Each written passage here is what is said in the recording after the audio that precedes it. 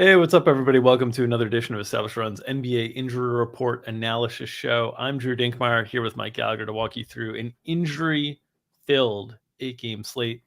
Lots of teams on back-to-backs. We've talked about this during the course of this week. Condensed schedule after the Christmas Day slate. NBA's jamming in games here, and with all these teams on back-to-backs, you're going to get a very full injury report. So 8 games in play, 8 teams on the back end of a back-to-back. No one is on the front end of a back-to-back, but I'll just note the teams on the back end of a back-to-back: Orlando, Phoenix, the Lakers, Denver, Sacramento, Washington, Atlanta, and Golden State. So all those teams have, some of them have filed, some of them have not. We'll talk through it, but they're on back-to-backs. Be prepared for craziness. Yep. Mike, are you prepared for craziness? How are you? I am prepared for craziness. It's raining here. I actually got my rain jacket on. I forgot to take it off. But yeah, it's pretty good. We just got news that Booker's going to be out at least 4 weeks. So very fitting timing there. Rushed back, man. Rushed back to play on Christmas, and it's going to cost this team probably till the All-Star break now. Lump of coal. Yeah. That's tough. The Phoenix gets a big win in Memphis last night. That was shocking to me. I live bet Memphis when it looked like they were making a run, and they just got whooped in the fourth quarter. My live betting continues to drain my accounts. What are your let's start there with Phoenix. Bismack Biyombo is questionable. CP3 not listed on the injury report, and you were very surprised by that. So what is your read on the Phoenix situation tonight? I mean, we got to take him at their word, right? But, I mean, he limped to the locker room. We saw Dwayne Washington had the game of his life, career high 26. I believe the 8 times were also a career high. I have my doubts here, man. Back-to-back. He went to the locker room. Like, this is Chris Paul. This is a guy who had a minor injury and cost him 2 weeks. So, Monty didn't really talk about it too much after the game. So, maybe he was just being cautious and they didn't want to bring him back anyways. The game was, mostly in hand when he kind of left. But, for sure, keep your eyes peeled for that one. Obviously, if he's out, no Shamet. Obviously, no Booker. No campaign. I mean, they are just out of bodies in the backcourt. So they'll probably start. If this, again, I'm expecting Chris Paul to start, take him for their word. But if something comes up, in either way, Dwayne Washington could really play a lot in a matchup I kind of like for him against this. Well, I guess we talk. DeLon Wright's interesting too. He might run into a little bit of DeLon Wright, so maybe not as interesting as good as you would think. But they're probably going to go big again, and then we'll talk about the Wizards probably going big on the other side.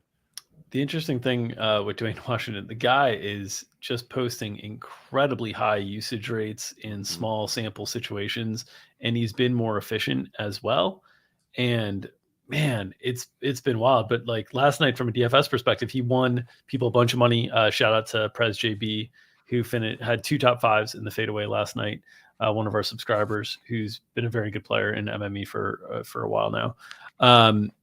Washington really ran very hot in that game. I mean, the blowout accentuated his minutes. He wasn't overlapping with Chris Paul in the game at all. So he's basically just going to play like a 16, 18-minute stint.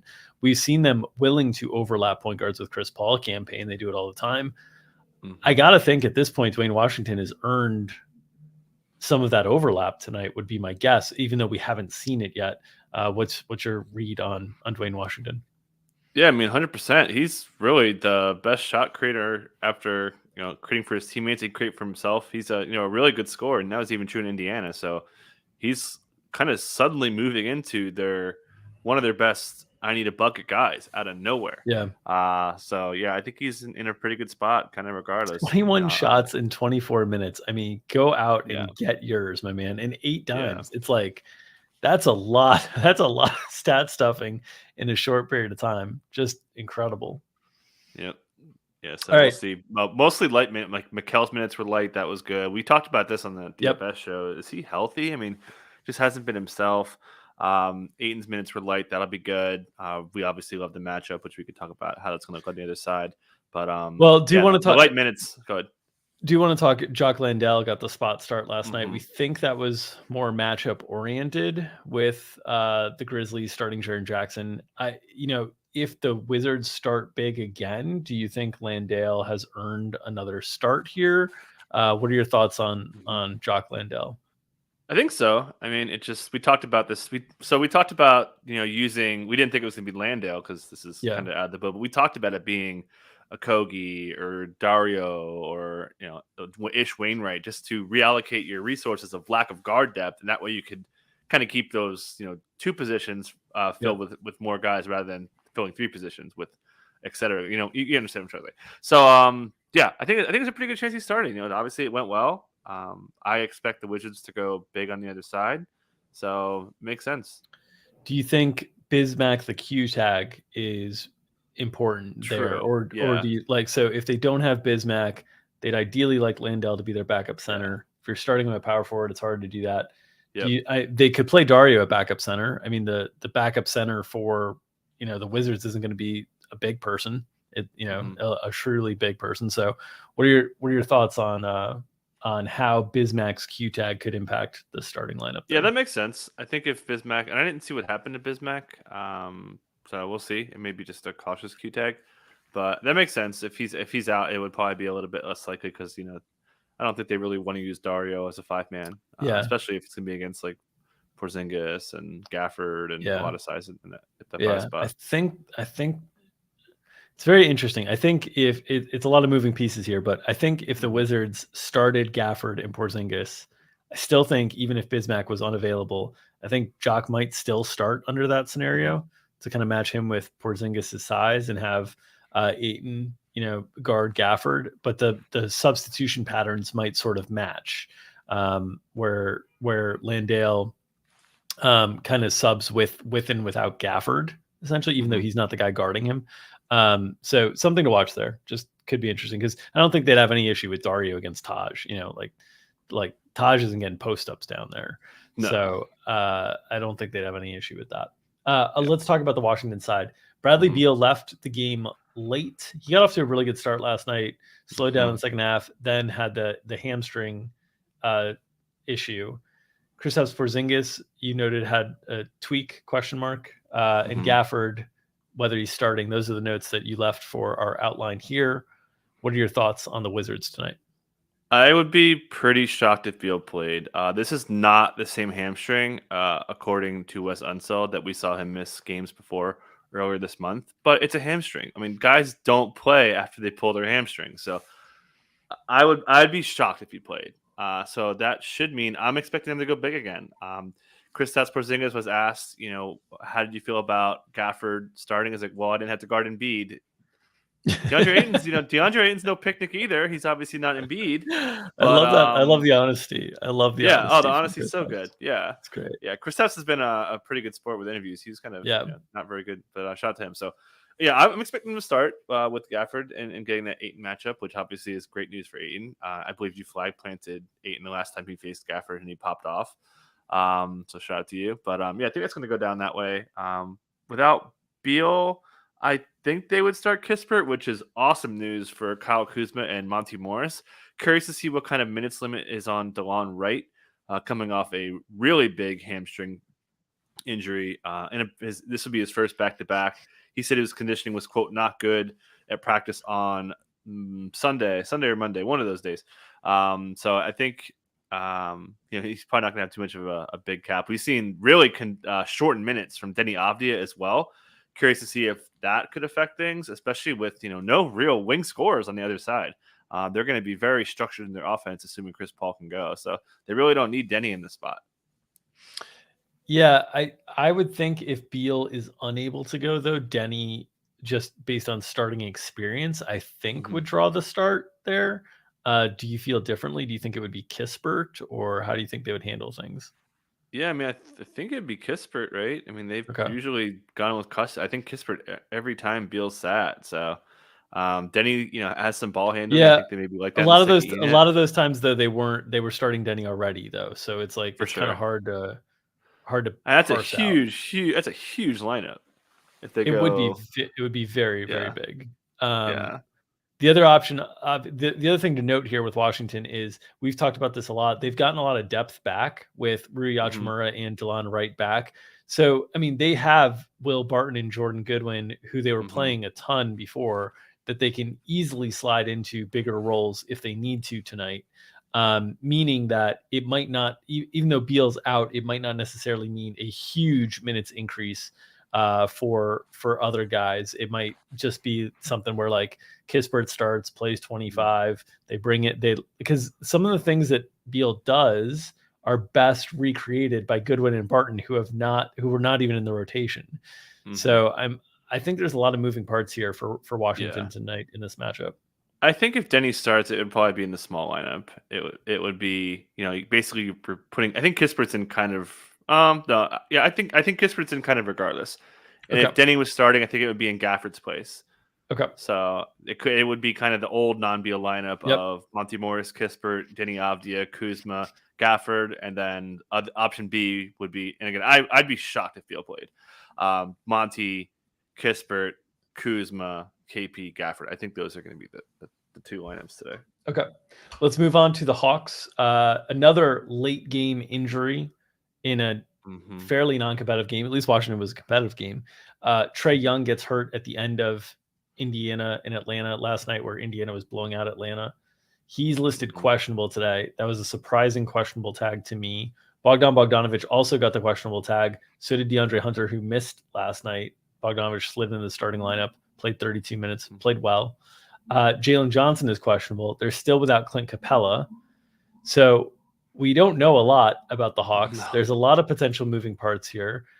Essentially from their normal starting lineup, if you consider Bogdan a starter / sixth man or whatever, we're talking about 4 of their top 6 questionable or ruled out. The lone remaining options would be DeJounte Murray and John Collins in that scenario. So walk me through some of the different iterations here and what your expectations are for the Hawks tonight. Yeah, let's start with what we found out. We found out it looked like Trae Young rolled his ankle. It was later called a calf contusion, and he was ruled out. Context of the timing of that, very late in the game. Game was over. Pretty much throw out that tag. Said he was hopeful to play today. I was expecting a Q tag. Leaning slightly in. Didn't look too bad, but he definitely could miss. And obviously we're looking at DeJounte. Bogdan, pretty straightforward. He's had knee injuries. He's playing a ton. I think they'd be foolish to play in big minutes today. If they maybe it's a thing if Trae's out, he's more likely to play. Something along those lines. Capella's out. Probably Okongwu starting regardless. DeAndre Hunter listed out fairly early yesterday. I don't believe he warmed up. He could be back. We'll see. He's had chronic injury issues as well. So very big mixture. Guy who was hurt, guy who's getting managed, and a guy who got hurt yesterday. All kind of working in different ways. So, DeJounte, Collins, and I think Okongwu are locked in. I would lean Trae. If he's out, I think that AJ Griffin's probably next man in line. Either way, whether it's Bogdan, I guess any of those, if 2 of those 3 are out, Trae, Bogdan, or Hunter, AJ Griffin's for sure getting one of those spots. If it's 2 of those guys, I guess 4. No, they don't need 4 since they got DeJounte. I guess it would be Justin Holiday for I think Justin defense. Holiday would be next. Justin Holiday was the first sub last night. Well, note he only played 7 minutes, so it wasn't like they were super excited to play. But he was the first sub off the bench, which is a change from how they haven't been playing him very much at all.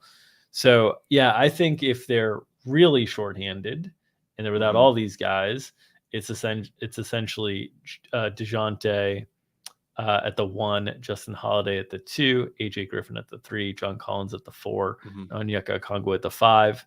This would have Kaminsky as your backup 5 because you have to kind of have John Collins play your backup 4 if Jalen Johnson is around. So they could be really thin. You'd have Holiday and Forrest as potential backups as well. And we'd probably see some bit Krejci in those scenarios if they were without Jalen Johnson. If they had Jalen Johnson, obviously then, Johnson is the backup 4. Collins is the starting 4 and a little bit of backup 5. He'd play a little bit of 5. Kaminsky would get a few minutes at 5 as well as the backup 5. And then the backcourt rotation I would expect to be DeJounte Murray, Justin Holiday, Aaron Holiday, and Trent Forrest. And I'll add on top of that, I think if everyone's in, I think there's a chance Collins starts at the 5. McMillan said he kind of liked that. That way you kind of have Hunter naturally as the 4-man to guard Durant. And they were forced into that stuff because of Okongwu's early foul trouble, which is when Justin Holiday became the first sub. It was because of Okongwu's foul trouble, and they just slid John Collins to the 5. And clearly, Collins is most effective there. There's a lot of trade rumors around John Collins as well. it makes all the sense in the world to get him as many minutes there as possible to make him look as good as possible in advance of the trade deadline as well. Mm-hmm. Yep. So yeah, Okay. we'll have more information on this one later. But as you guys could probably tell, there's just so much going on with this team. Yeah. More notes. You want to do the Lakers? I mean, we don't have a filing on the Lakers to my knowledge. Oh, we just do. yet. I think we do. No, we do. Yeah, we do. Did they file LeBron Q? Yes. Okay. Fantastic. Nothing useful. Left ankle soreness is the listing for LeBron. Austin Reeves and Dennis Schroeder probable here. Anthony Davis obviously is out for a while. LeBron hasn't played many back-to-backs this year. I don't know if he's played any back-to-backs over a month. He had played on November 20 something. Okay. They got their win last night in Orlando. I would say for them, in most cases you'd be like, okay, that's great. Like, we got our win. Let's pack it up. But they need to get as many wins as they can. So what are your thoughts on LeBron's availability tonight, returning to Miami? Yep. South Beach, taking his talents there. I don't think so. I don't think so. I think they got their win. His minutes were kind of down, so maybe he's out there, but I have my doubts. Certainly the comments made it seem like he's a little unlikely to play. Yeah, so I assume he's out. Austin Reeves probably sliding into the starting lineup there. I don't think they would go to Wenyen Gabriel against the zone with Thomas Bryant there, so I think they would just put Reeves in that spot. That obviously would kind of help Wenyen Gabriel, maybe Damian Jones as well, because LeBron was playing a lot of 5 if he's out. But yeah, getting the Q tag, maybe he wants to play. Maybe he wants to go out there and get a revenge game. But if he does play, and Miami, who we'll talk about in a second, has a ton of questionable tags as well. Oh my God. If he does play and the Heat are shorthanded at center, do we run the risk, because we saw Thomas Bryant's minutes bounce back in a big way against a big Orlando front court? Do we run the risk of, once again, having the rug pulled out from under us on Thomas Bryant if, for example, Miami was without Bam Adebayo tonight, who's listed as questionable? I don't think so. I think he's really safe. And the fact that we didn't see him shoot a lot of threes yesterday, but I mean, you need floor spacing against Miami in their zone, and he could rebound a little bit. He has a lot of characteristics that you want from your center against the Miami zone. So I think he's pretty safe regardless. And obviously, he'd have a much higher ceiling if LeBron sits. Yeah. And obviously, the guys who benefit most if LeBron sits, Dennis Schroeder, Russell Westbrook, but everybody benefits. I mean, it's a huge role to fill. Let's talk about the Miami side of things. They listed Bam Adebayo. Do we have to? Yeah, we do. Bam Adebayo questionable, Jimmy Butler questionable, Gabe Vincent questionable, Caleb Martin listed as probable. They'll be without Dwayne Dedmon tonight. What are your thoughts on the Heat? So limited practice from Jimmy Butler and Bam Adebayo. Certainly not a good sign. Bam looks to have a much better shot than Jimmy does. It sounded like Jimmy's ankle tweak was pretty minor, the way Spoelstra was talking about it on Friday when he suffered it. So they were, considering bringing him back in. But, I mean, didn't sound like he had much of a chance to even play on Monday. So, yeah, really in the dark in this one. We'll see. Just note that if you get the Miami intention to play, that means they're in. Underdog will phrase it as on track to play if you get underdog. Shout out to Fan and the gang. But, I guess, I don't, other than limited practice is usually a pretty damning sign, but maybe they're just, I mean, these guys don't need practice, right? Like, they're pretty well conditioned and they obviously know most of the playbook, et cetera. So I'd expect them to start, but not confident. Never am with this team. So I think they'll start kind of normal. But if they're not, same story. Jovic would get the start. Orlando Robinson was really, really good. Yeah, he's been in great. So many different facets of the game. Yeah, Spoelstra called him their most improved player since summer league. He's we always talk about it every year. There's a Miami guy that comes out of nowhere. Max Strus, Hassan Whiteside a few years ago. This year it looks like it's Orlando Robinson. I think, side note, just give him Dedmon's minutes when Dedmon comes back, man. There's no need to play that guy right now until he's 100% healthy. But curious to see if Haywood Highsmith continues to cut into Caleb Martin. We've seen Highsmith just play really, really good minutes. We'll see. Other than the limited notes that I already gave, it's just really tough to read into this situation. Okay. All right, let's move on to the Chicago Bulls, where Alex Caruso and Javonte Green are both listed questionable. Derek Jones still doubtful, so it doesn't sound like we're going to see him back. We have seen without those two and without Derek Jones, they've really tightened up the rotation, lengthened the minutes on guys like Ayo Dosunmu, Kobe White, Patrick Williams. What are your thoughts on Caruso, who he had passed concussion protocol but had a shoulder issue? He passed most of the parts of concussion protocol, but was not able to take contact because of a shoulder issue. And so he couldn't clear concussion protocol, that last step, even though he had cleared the steps that are most associated with concussion protocol. What are your thoughts on his availability and Javonte Green tonight? Yeah, it kind of sounds like he's out, right? I mean, you got all these things working. The injury looked pretty bad. So yeah, I probably I think he might play. I just don't have a reading situation. Like it seems like he's like trending to play, limited participant, etc. So I think he's in, but I have really not much of a reading situation. And then, and you saw last game Kobe White's minutes trend up because I was getting cooked by Kevin Porter Jr. And got into foul trouble as well. You saw Patrick Williams touch 40. I mean, the minutes have been really high in a game that the Bulls lost by 15. The minutes have been really, really high. So Winky notes Caruso was at shoot around and it's Grayson Allen on the other side. There is revenge in the heart of Alex Caruso after the dirty play by Grayson Allen last year that cost Caruso some time. But we saw, Patrick Williams touch 40 minutes. Kobe White, the minutes have been variant. Goran Dragic is always going to be stuck in the high teens to low 20s. They just aren't going to play him much more than that. So it's really Io or Kobe White who, if Caruso is unable to go, have some minutes ceiling to them. And Patrick Williams has benefited from Javonte Green. Any lean on Javonte Green's availability tonight? No, I don't really have much there. He's been out with this knee thing for a little bit. But yeah, pretty straightforward there.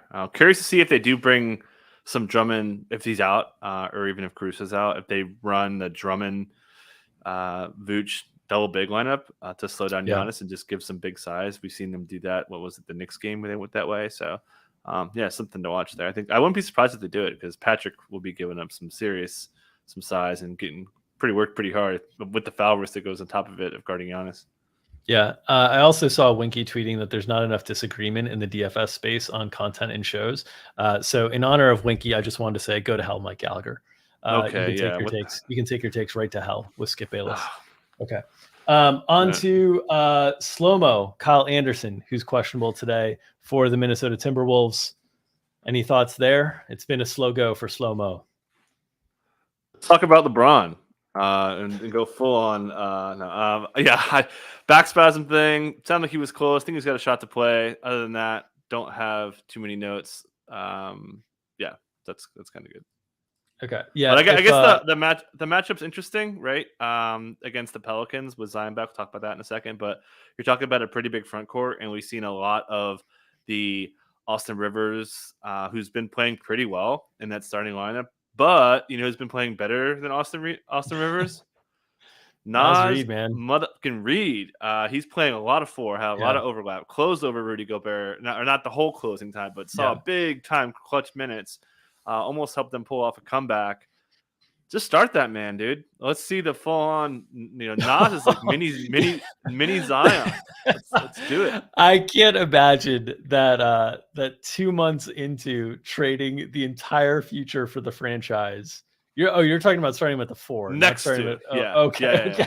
I was gonna say if we're 2 months in, that'd be so good. Oh my god. And the Timberwolves. Now that would be full on hot take talk. Let's bench Rudy Gobert out of the gate. Do it. Top 5 reasons to do it. That would be amazing. I think that there's a chance. There's got to be a chance, man, of D'Lo, Ant, McDaniels, Nas, Rudy. I think there's a chance, man. There definitely is a chance. Nas has been that good. He's been like so agile in space on both ends. He's freaking crazy good on offense. That would actually hurt Anthony Edwards a little bit because Nas is just chucking. But yeah. Gobert is down really, really bad, man. This is a bad matchup for him against Miami. This is a better one. I think that I wrote him in like a positive light in matchups because like you need the rim presence, which they've been terrible in. They've been like one of the worst teams at shot accuracy at the rim since Rudy Gobert came back. Which holy hell, how is that possible? So it's gone like so bad. And I was going through the pressers like I always do, and someone called Tim Con, like David Conley. Oh my god, what a roast, dude. That's how bad it's going for this front office right now. It's bad. Stephen Cunningham notes T-Wolves +3 last game. RIP. Yeah, RIP Ugh. closing line value. We got a push, which is about Never. as good as you Yeah. can get with a T-Wolves Miami closing line value combination. Yeah. I took Okay. +2 on the Jimmy line. I lost. I only put like 200 on it. I knew I was gonna lose, but I was like, all right. All right. Yeah, I will note on Nas, he's been exceptional and he's been playing Mhm. defense better as well. This would Mhm. be a big ask for him to stay out of foul trouble guarding Zion. Hey man, I level just up, Nas. Yeah, I would be careful out there. If he's starting, I would not be as excited as I usually am to play Nas Reed. Let's put it that way. Yeah. Kelly I'm just Olynyk, that was a hot. You try to get me going in a hot take. That's a little bit of a hot take. that is hot. I would expect him to start slow-mo if he can go. But the minutes will be capped, right? I mean, we've seen even Yeah, before it kind of got bad and aggravated his back injury, his minutes were down or wanted to be yeah. down from Finch. So I Just think there's a lot of pass. imagine being slow mo and having these back spasms and they'd be like, oh yeah, why don't you come back and guard Zion? I'd Yeah, be right. like, yeah, they're acting up a little bit. Yeah, right. Might need another day or two. Yeah. Because I mean, look, I think slow mo is their best option to guard him because he'll take charges and whatnot. But Hmm. on a bad back, like, oh, that's tough. That's brutal. Yeah. Yeah. Kelly Olynyk was listed questionable originally for One the more Utah Jazz. thing. One more thing. If Yep. I could, I'm going to convince you. LSU at LSU product for Nas Reed. Homecoming narrative also in play to start him. Yeah, I will not be firing Nasreed in DFS. I don't expect. I actually haven't looked at the slate in depth. Had my head in the projections yet, but I don't expect I will be firing Nasreed tonight. If he's the backup center, I'm actually much more interested. Yeah. Because he will cook whoever they play as backup center. I mean, I guess if Nance was back, Nance is a good defender, but he would take Nance to Pound Town. He would cook Willie. He would really cook Willie. Yeah, real bad. It would be Nance for sure. Yeah. Okay. Let's talk. Let's talk Pels while we're here because we can get to Kelly Olynyk stuff later. Zion, Trey, and Dyson Daniels all back. No Herb Jones still. What is the update on Nance? Nance is back, right? Good Nance to go. came Yeah. back last. Yeah. So no ill effects there. What are your thoughts on starting lineup for the Pelicans? Still no Brandon Ingram, of course, but getting Zion and Trey back, they still have to replace both Herb Jones and Brandon Ingram in the starting lineup. Trey obviously taking one of those spots. Who gets the other spot? Yeah, and Dyson Daniels also back. I would be fairly surprised if it's not CJ, Trey Murphy, Najee Marshall, Zion Williamson, and Jonas Valanciunas. This makes too much sense. I mean, Najee earlier in the year and last year, Najee and Herb were like one player filling up 48 minutes. So pretty easy substitution. Najee would be picking up that Anthony Edwards assignment there. So would have a pretty big role. He'll have Dyson behind him as kind of the wingy defense. Devontae Graham behind CJ, mixing with Alvarado and some smallish backcourt stuff. Zion expecting a cap here, right? Went through practice, said he feels very good, but given the way this team ramps up, I mean, last year I don't even go over it. This year too, he had a minor injury, took him multiple games, ramped up on it. He got downgraded to doubtful for conditioning in the last game. You'd think that he's had conditioning concerns for a while now. You'd think that there's a cap on him. And he'll probably get the minutes monitored note we'll get from Underdog, from Willie Green. But not what do you excited. That cap would be? Do you think it'd be 30, 28, 33? I think he's got probably a 33 kind of cap. Yeah, I think they're probably shooting for 33. I think we put him at 31, which I think sounds pretty good. Yeah. Okay. Cool. All right. Kelly Olynyk was questionable originally on the injury report, got upgraded to available. We haven't seen the Jazz fully healthy in a while. There's been guys missing, whether it's Colin Sexton, whether it was Mike Conley, whether it's Kelly Olynyk. Fully healthy now. How do you expect things to shake out? Walker Kessler has been a revelation during the course of the season, doing a lot of things that Rudy Gobert used to do in Utah. I would expect his minutes to come under pressure with the return of Kelly Olynyk, though.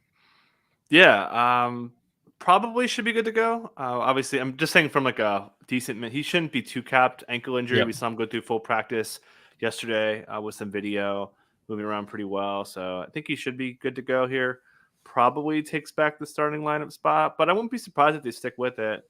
You do need the spacing though, so I think that the starting lineup is almost certainly going to be Mike Conley, Jordan Clarkson, Lauri Markkanen, talk about his matchup in a second.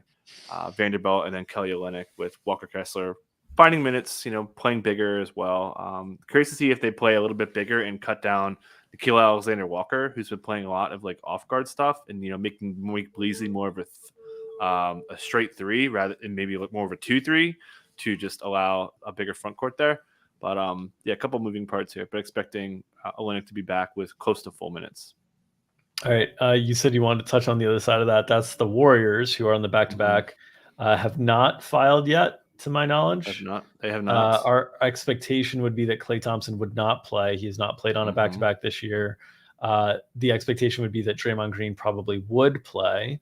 Again, the Warriors are going to try to get any game that they can these days. They need wins while Steph is out. What are your thoughts on any other potential injury issues or availability issues for the Warriors tonight? What could we expect? Definitely watching Draymond Green's status. I think he's going to play, but he's been getting this probable tag with leg injuries, foot and knee, I believe, are the two injuries we've seen the last few weeks. So could pop up. Looks like we got nothing on the 2:30 Eastern. So with Klay out, if you're watching this game, you saw Jonathan Kuminga dominate. Had a huge steal in the corner. Kerr said after the game that it looked like Andre Iguodala, and Iguodala was coaching him up on how to interrupt plays and get some steals, and it was a beautiful steal in the corner. It was almost like ripping a guy like in football. Draymond really talked him up. Kerr really talked him up. Says he's playing great defense. He guards all the time. He guarded LaMelo last night. He's been guarding a lot of on-ball guys, so I think they're comfortable with him at the 3 and guarding Lauri Markkanen. Man, we love to attack Utah with at-rim stuff. Kuminga was 6 of 6 all day at the basket. Really nice cuts. Had a nice little two-man game going with Poole. It feels gross, because there's tremendous downside, but I think Kuminga could really smash tonight. He's in like one of the best spots you can imagine. Can Kuminga string 2 games in a row together? We'll find out later tonight. It's been the challenge with him so far to this point in his career. All right, some other injury notes to tackle. We got news that Drew Holiday is ruled out for the Bucks. That was a probable to out tag once again for the Bucks. So always beware of those probable tags. They're of course without Chris Middleton as well. So going into a game with the Bulls tonight, the Bulls, defensively have really struggled. Giannis and spare parts. No offense, Brook Lopez, Bobby Portis, Grayson Allen, Pat Connaughton, but it looks like a big Giannis show opportunity tonight. What's your expectations on who fills the Drew Holiday minutes and role? That'd be Javon Carter. Pretty straightforward there. And yeah, we saw this coming, man. Like these Bucks probable tags don't like. It's funny because like we just know that this is not a probable tag, and that's why I made Giannis my cover boy. I was like, yo, there's a legit shot. Drew's not going to play. So anyways, expecting the starting lineup to be Javon, Grayson, for the Caruso Anger game. And then I would expect Pat Connaughton to continue to start as well. Brooke, Giannis, obviously, against the Bulls with, Ingles. They want to play Ingles more. There was comments from Mike Budenholzer saying they wanted to up him and he's not quite comfortable to getting full minutes, but yeah, they want to get him they did. They got him up to 19 last game. It seems like they're going to try to, I think their goal is eventually to get him to like 25, but I think it's going to take a lot of time to get to that. Yeah. I won't be surprised if he touches like 22, 23 now, because you're going to obviously have no overlap with Drew and Javon, so there'll be more wing minutes available. Yeah. Revenge game for Bobby Portis. There's a lot here. For Milwaukee tonight, but big opportunity for Giannis without both Drew and Chris Middleton. And as someone had mentioned in the chat, no more Drew for DeMar. So matchup gets considerably softer there. Yeah. All right. No Marvin Bagley again for Detroit. What are your thoughts on how Detroit fills the absence of Bagley's role? Well, they're not going to fill it with defense. That's for sure. They're not really doing anything defensively right now. But yeah, pretty straightforward. They're going to play a little bit smaller. Baby more of a 3-4 rather than a 3. Could get elevated minutes out of Jalen Duren and Isaiah Stewart. Duren's been just pounding the glass. He has a 10. Yeah, my guy Jalen Duren. 10 paint touches per game over his last 4 or 5 or something. He's been just getting so many touches inside and looks really good down there. Much tougher matchup against Orlando, though. Yeah. Wendell Carter Jr. on a minutes limit still, back to back for him. And has Orlando? I assume Orlando filed. They filed last night. Interestingly, yeah, that's interesting for a back-to-back game. Yeah, that's interesting. It was just Okeke, Isaac, and Suggs out still, so no injuries to note. They got worked last night. Their defense was a disaster. Paolo playing in front of his idol was a disaster. It was a tough night for #Our Magic. Need a bounce back win against Detroit tonight. What are your thoughts on Wendell Carter Jr.? In 19 minutes, was good, 15, 3, and 4. Do we see? Yeah. I said that I didn't think he was starting until they took a loss. Getting waxed last night in that starting unit, really struggling, seems like a natural spot. What are your thoughts here? Yeah, I think kind of nailed it there. Just they had their magic run. And the magic pixie dust kind of wore off. So go back to Wendell Carter Jr. He's earned it. Minutes are going to probably be capped again on a B2B, but not even. There's been no concern really. So probably gets close to 20. You think it's still going to be around the 20 area? You don't think it'll be up around 22, 25 yet? I don't think so. Plantar fascia. I don't think they want to ramp him up too much yet. Okay. Nuggets, another team on a back-to-back. Aaron Gordon was ruled out last night. Bruce Brown got hurt in game. Zeke Naji just kept fouling every opportunity that he got, but he got a spot start last night. Only ended up playing, I think, 15 minutes because he fouled out very, very quickly. We saw a big effort from Michael Porter Jr. Yeah. We saw 30 minutes of Latko Kontrar, which is an unusual thing. We saw, once again, Bones Highland sub 20 minutes. Bones doghouse. The bones are still in the doghouse. What are your thoughts on what we see from Denver tonight? They haven't filed yet. They won't file till much later on the West Coast. But what are your expectations for Aaron Gordon and Bruce Brown tonight? Yeah, so Aaron Gordon, according to Mike Malone, they're preparing for him to get ready for Miami, their next game. So it sounds like, and he woke up with soreness. And no one asked Malone about when they thought he got hurt, because I think he got hurt in the dunk. Yep. And I heard the broadcast talking about that too. Like, it makes a ton of sense. He woke up with soreness, so I'm expecting him to miss. Bruce Brown rolled his ankle real bad. He got the #in good spirits note from Mike Malone. That's usually an indication players are going to miss time. So expecting him to miss. You've got back-to-back concerns on MPJ, Jamal Murray as well. Yeah. I'm pretty sure they're going to play, but something we're going to be watching. There's a chance that this team just they got a win that they almost didn't deserve. Because they played. Classic Denver. I'm telling you right now, if Denver plays with the focus that they play with in crunch time for entire games, they are going to run away with the Western Conference regular season record. I think they're better than everybody when they're focused. They just play like 10% of the game that way each and every game. They did last night in the fourth quarter, just totally clamped down and pulled away. Everyone in the West, right? Yeah. Yeah. I wasn't sure if you're going to go East. We can go full on first taking it. No, they're not. They're not. I don't know. They could beat Milwaukee. Boston presents a lot of unique challenges for them. Yeah.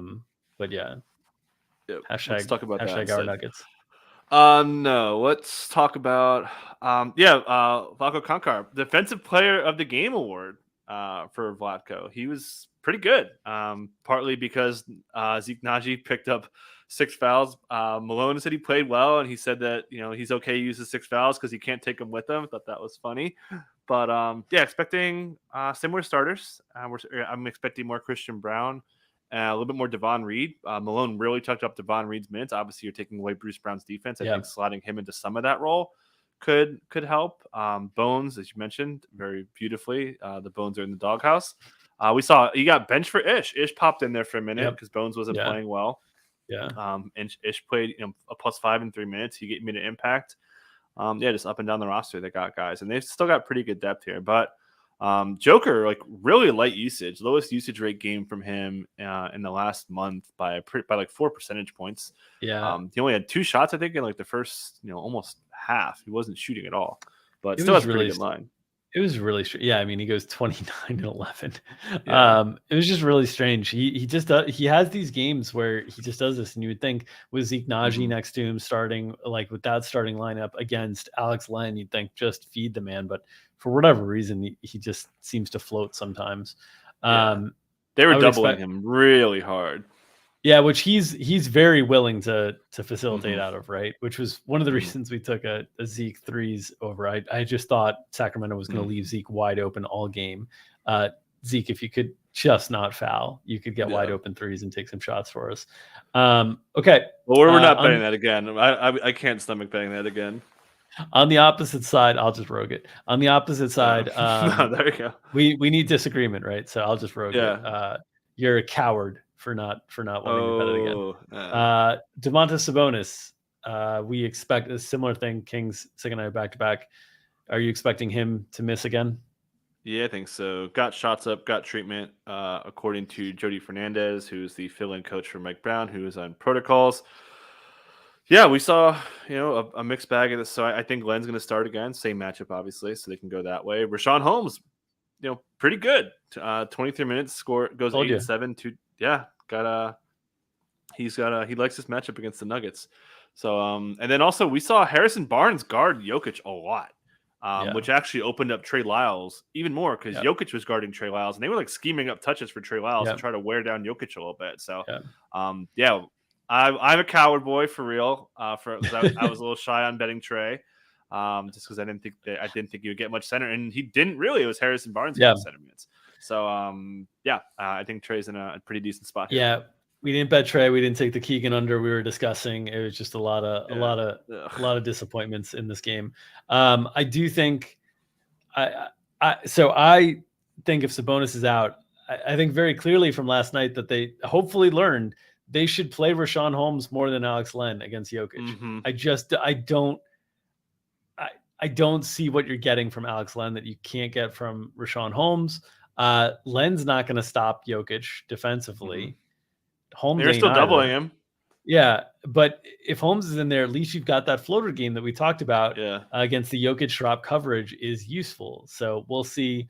Davion Mitchell dropped 9 dimes in 18 minutes, much to our dismay, largely on that floater game from Rashawn Holmes. Yep. So I think they're going to play Lyles and Holmes more tonight than Len. I think Len will still get the start, but wouldn't surprise me if they change that entirely. If Len doesn't get the start, he might not play at all. Would be my potential guess there. Guess how many potential assists for Davion Mitchell? Did he have 8? 9. 8 potentials, 9 reels. Oh, okay. Yep. Unbelievable. Perfecto. Yeah. All right. I think we've covered it all. Seth Curry's back for Brooklyn. I don't think we need to touch on that very much. No, we need to talk about it. No. Is there anything from Brooklyn you want to highlight other than how TJ Warren just keeps getting buckets? Yeah, Warren's going to play more. They're trying to get him up to, I think, 30 minutes eventually. He's been really good. Talked about – who else did we talk about? Yeah, I talked about everything else, I think. So, all right. Pretty good spot. Keep an eye out for Chris Paul. Keep an eye out for keep an eye out for everything. There's a lot. Yeah. There's a lot today. Yeah. There's a lot today on the injury report that's going to be coming through. Stay tuned. Stay locked in. We will be behind the paywall at 5 o'clock Eastern. Myself and GPP bro Gary Hartman breaking it all down and reacting to news as it comes, because I'm sure plenty of it will be coming while we were on that show with the 5:30 injury report. As always, please support the people who are supporting us. This show is brought to you by the good folks over at Underdog Fantasy. They have daily NBA snake drafts for money, running in addition to many formats of NFL contests, still running for huge cash prizes. If you're playing NBA Pick'em, in-season subscribers can use our tools at ETR to compare ETR projections to their fantasy Pick'em games. If you haven't signed up for Underdog yet, use promo code ETR for a matching deposit bonus up to $100. It's promo code ETR at underdogfantasy.com. Should also note a few days left and a couple things that are important to me. Number one, holiday sale. Only 2 days left. I think we're running it through December 30th, the holiday sale. So if you are interested in joining us behind the paywall, you could get monthly or weekly passes that are 33% off our normal price. A third off. They will recur at that third off. So you're saving money each and every month that you choose to join us for the rest of the season. Take advantage of that. That sale is only running through the end of this week. Also, I have not pitched this on this platform at any point during the course of the season, but Mike's already ready. He reads my rhyme. I got He you, knows where I'm man. Yeah, going. I got you. He knows where I'm going. There's only 3 days left in the Welly Maker. It's a really important cause for me.